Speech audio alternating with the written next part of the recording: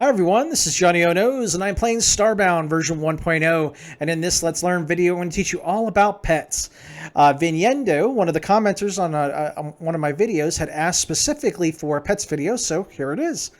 Alright, so let's get started. To get started with pets, you need to first build a pet station, which you can build from the architect's table.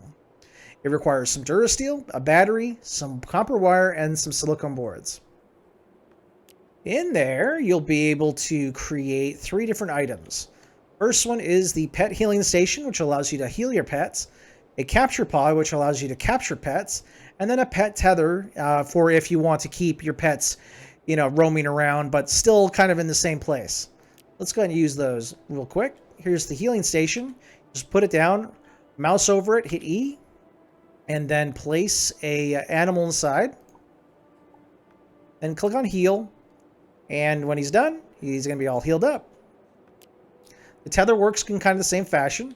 Mouse over, E, place the pod inside the little reticle there, and there you go. I now have a whistling monkey that will go back and forth for all time. Let's pull him out of there and reclaim this stuff. So the capture pod is the third item that you can build, and to use that, you need to first wound an animal or a creature. Let's go find one real quick.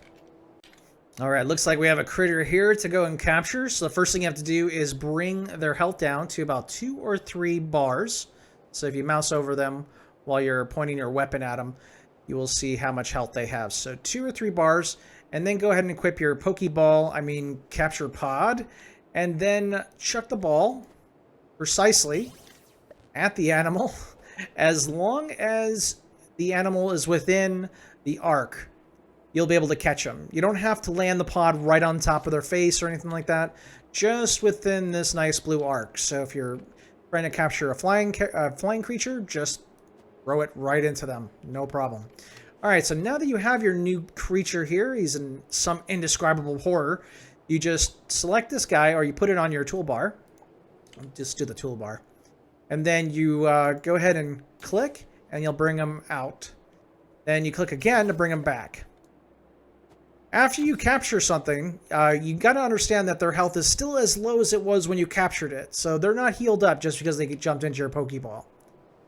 Alright, so that is how you make all the things, make all the items, the stations, as well as capturing and healing your pets. The next part of this video is going to be all about collars. Alright, so the first thing I'm going to talk about when it comes to collars is that they're extremely rare. In my whole playthrough of the game, and I spent a lot of time digging, I love just mining deep into the planet and finding all the cool things underneath the ground. I really only found about 7 or 8 of them. So having this long list of all these collars, the only way I was able to do that is by doing some admin codes to spawn them. But just be aware that they're super rare, and when you use them, you can't get them back. So just be aware of that, especially if you get something really rare like a Healing 3 collar, which is probably, in my opinion, the best collar to use for a pet that you want to have follow you around and accompany you while you're adventuring. Alright, so the collars themselves are broken down into 3 different types. You have attributes, you have when a pet explodes or when a pet dies, and then you have some cool little effects that you can add to your pets. So we're going to go over each one of them. So the first one is the attributes one. So in the attributes, you get damage, you get health, as well as healing. So this is health, and this is healing. So let's just take a pet here that doesn't have a collar on. The Skimbus. Let's call him out. So his attack is at 44. Without a collar on, and without a damage collar on, he's at 44. So let's go ahead and apply the collar. So all you have to do is click on the collar, so that it's on your mouse cursor, and then right-click. Let's go ahead and call him back. Oh, looks like it did update. So his damage went from 44 to 64. So that's a good 50% more damage with a damage 3 collar on there. So it's really nice. So healing and health obviously do what you would expect. The health one gives more health for your pet, and then the healing one will allow them to regen their health without when they're outside of the pod. Though keep that in mind. You can't just put them back in the pod and expect them to be healed up. They only heal when they're outside of the pod. And then you have a variety of different collars you can put on pets for when you want an effect to occur when the pet dies. So you have electricity, you have ice, you have fire, and you have poison. So let's show you what that looks like. Let's pick a weak one. Do I have something weak? Anything weak? That guy looks weak. All right, how about this guy? This guy looks weak. Let's give him ice collar. All right, so he's blinking blue to let you know that he will explode. Let's see if he dies to this guy here. He did. So as you saw, when he exploded, he let off an ice blast, and that's really good if you're trying to use your pets as bombs, basically. So if you have like 4 or 5 that you just want to toss into the fray and just make a lot of explosions, there you go. There's also a couple pets that really benefit from having those explosive collars on. There's that one pet that is basically like 3 little slimes wrapped up into like a leaf. When the leaf is destroyed, it sets the bomb off, but then it releases 3 of these little slimes that also explode. I'd really recommend using that pet if you're looking to make a big explosion with the death of your pets. So then the special attributes, there are 4 of them. So you have Bouncy Collar, which makes your pet very unnecessarily bouncy. You have a Light Collar, which is really useful for a flying animal. And then you have an Oblivious Collar, and this basically makes it so your pet does not attack, so it won't get itself killed off. And then you have Ghostly Collar, which gives your pet a ghostly visage. Let's see what happens with the ghostly one. Let's pick this guy.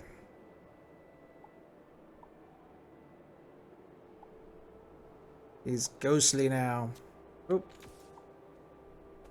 Yep, he definitely looks ghostly. I don't know if that makes him, incorporeal or whatnot. Let's find out. I didn't have an opportunity to finding a ghostly collar. There we go. We got someone over here. Let's see what happens when he drops on us.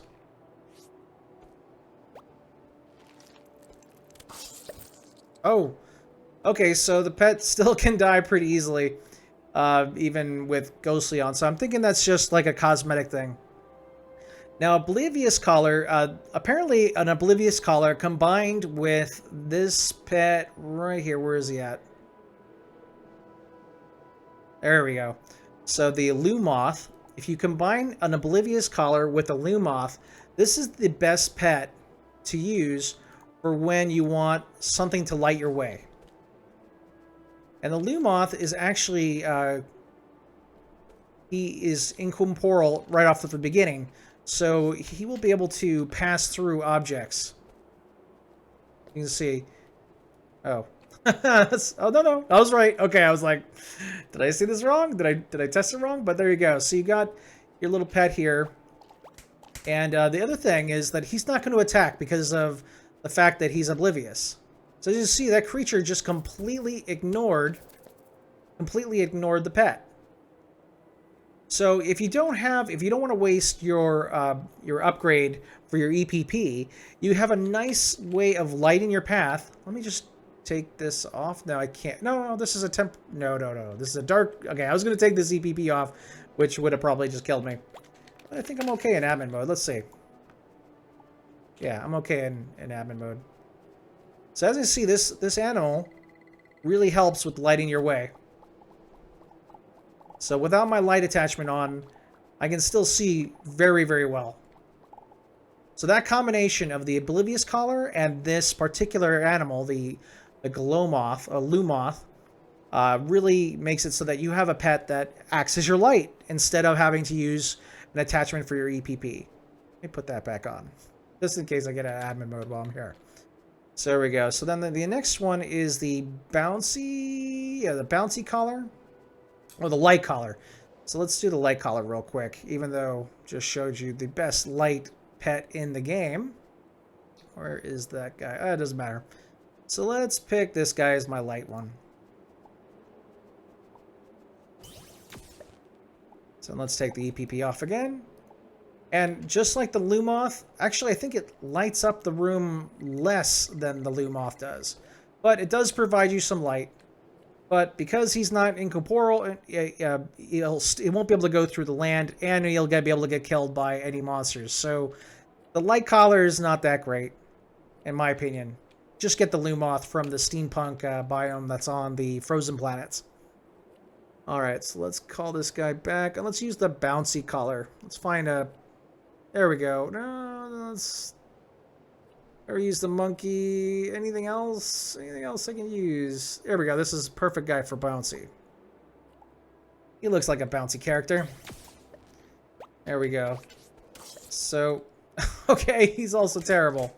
And dies in one hit. So as you can see, I have the highest tier armor on.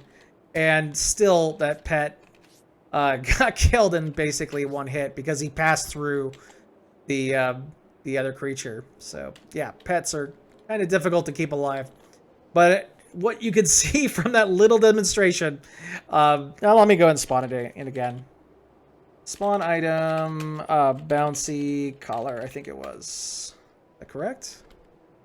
Oh. Spawn item, Bouncy Collar. There we go. Let's put it on something else, just so we can see it in action, instead of just the 2 little jumps that it did. Let's see, anyone else? Anyone else? I don't want to put it on a unique one. There we go, this guy's perfect. So what the bouncy one will do is make it bounce like that annoyingly. And do little hops as it walks around. Alright, and yeah, that's all the collars, the pets, you know, how to capture a pet, how to heal a pet. All the stuff that I could possibly think of other than showing you what are the best pets to pick up. I may do a video on that, but there's a couple videos already out there that describe that, and I think you'd be better off watching those videos. Like, definitely the Lumoth is the best, in my opinion, in terms of, like, lighting your way. The big gorilla is great for tanking, and these large birds I love quite a bit. And to get a large bird, all you have to do is build, like, a Tower of Babel as high as you possibly can, and get as far into the atmosphere as you can, and then that's where they will spawn. Alright folks, if you have any other questions about pets or Starbound 1.0, please let me know. So this is Johnnyonoes playing Starbound. I will catch you all in the next episode. Thanks for watching.